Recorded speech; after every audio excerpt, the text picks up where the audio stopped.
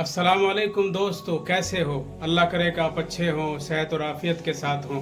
अल्लाह आपको अपना हिफ्ज़ अमान में रखे। अल्लाह आपको अपने हिफ्ज़ अमान में रखे, सुकून और आफियत अता फरमाए। हमारे मुल्क में और समाज में जानते हैं क्या हो रहा है?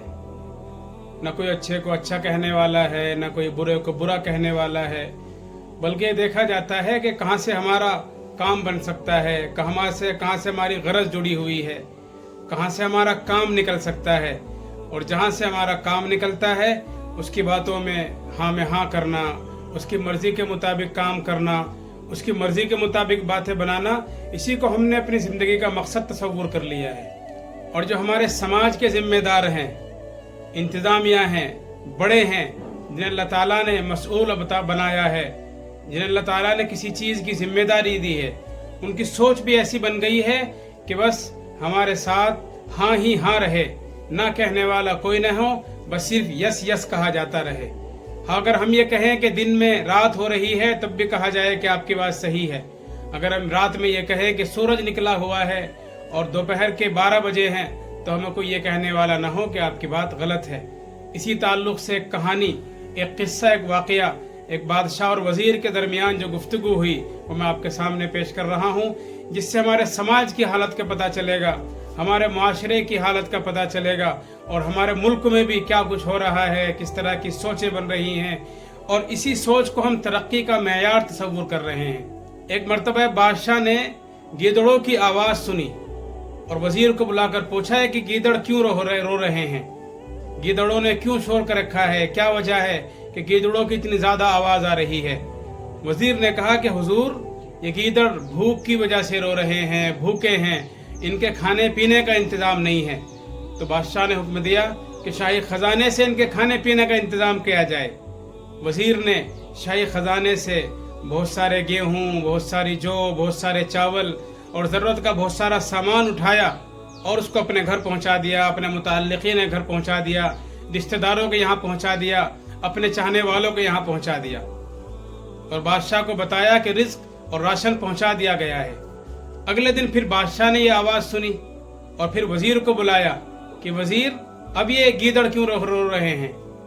तो वज़ीर ने कहा कि हुजूर, इन्हें सर्दी लग रही है और ये सर्दी लगने की वजह से ठिठर रहे हैं, तो इन्हें सर्दी का एहसास है, ये रो रहे हैं और सर्दी की वजह से परेशान हो रहे हैं। तो बादशाह ने हुक्म जारी किया कि इनकी सर्दी से बचने के इंतज़ामात किए जाए, इन्हें गर्म कपड़े मुहैया किए जाएँ, अच्छे खाने इनकी खिदमत में पेश किए जाए, जिससे इनकी सर्दी दूर हो सके और इनकी परेशानी ख़त्म हो जाए। वज़ीर ने फिर शाही ख़जाने से गरम लिहाफ, कंबल, गरम कपड़े, ड्राई फ्रूट्स वग़ैरह, खाने की अच्छी चीज़ें जो गर्मी पैदा करती हैं, शाही ख़जाने से उठवाई और अपने घर पहुंचा दी।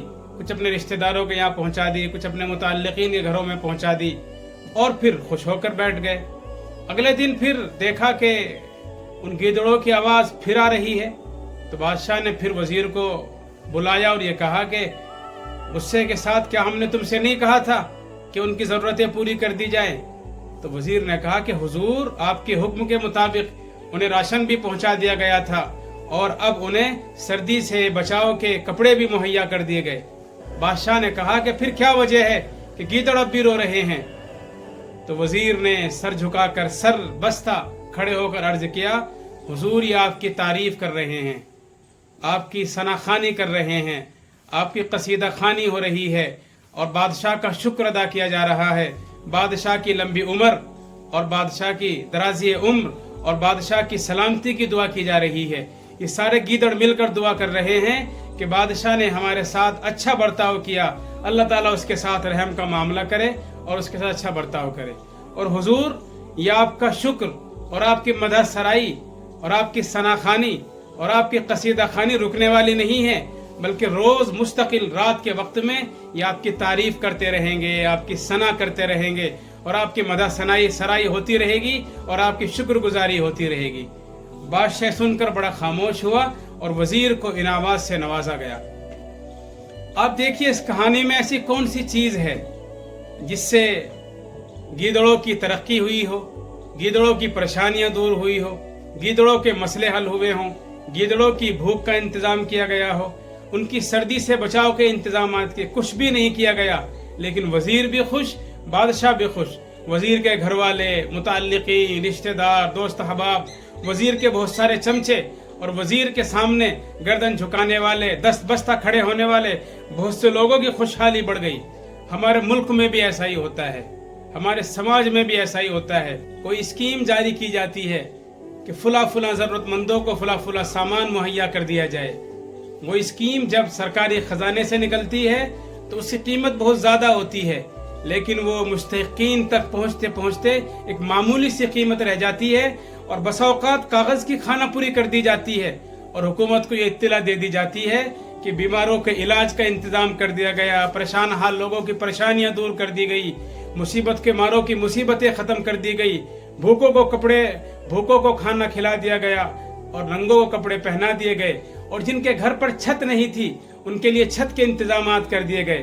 لیکن جب اس کا سروے کیا جاتا ہے اور تحقیق کی جاتی ہے اور پتہ چلایا جاتا ہے تو پتہ لگتا ہے کہ حکومت کے خزانے سے ایک بڑی رقم نکلی تو ضرور تھی، اسکیم کے نام پر ایک بہت بڑا گھوٹالہ کیا گیا، بڑے گھپلے بازی کی گئی، اور ان لوگوں تک جو اس کے مستحق تھے کچھ بھی نہیں پہنچا، اور جو اس کے مستحق نہیں تھے، جن کے پاس پہلے ہی سے فراوانی ہے، خوشحالی ہے، ترقی ہے، انہیں کوئی پریشانی نہیں ہے، ان کی سکون میں مزید اضافہ ہو گیا، ان کی ترقی میں مزید اضافہ ہو گیا، اور جو مستحق تھے انہیں کچھ بھی نہیں پہنچا۔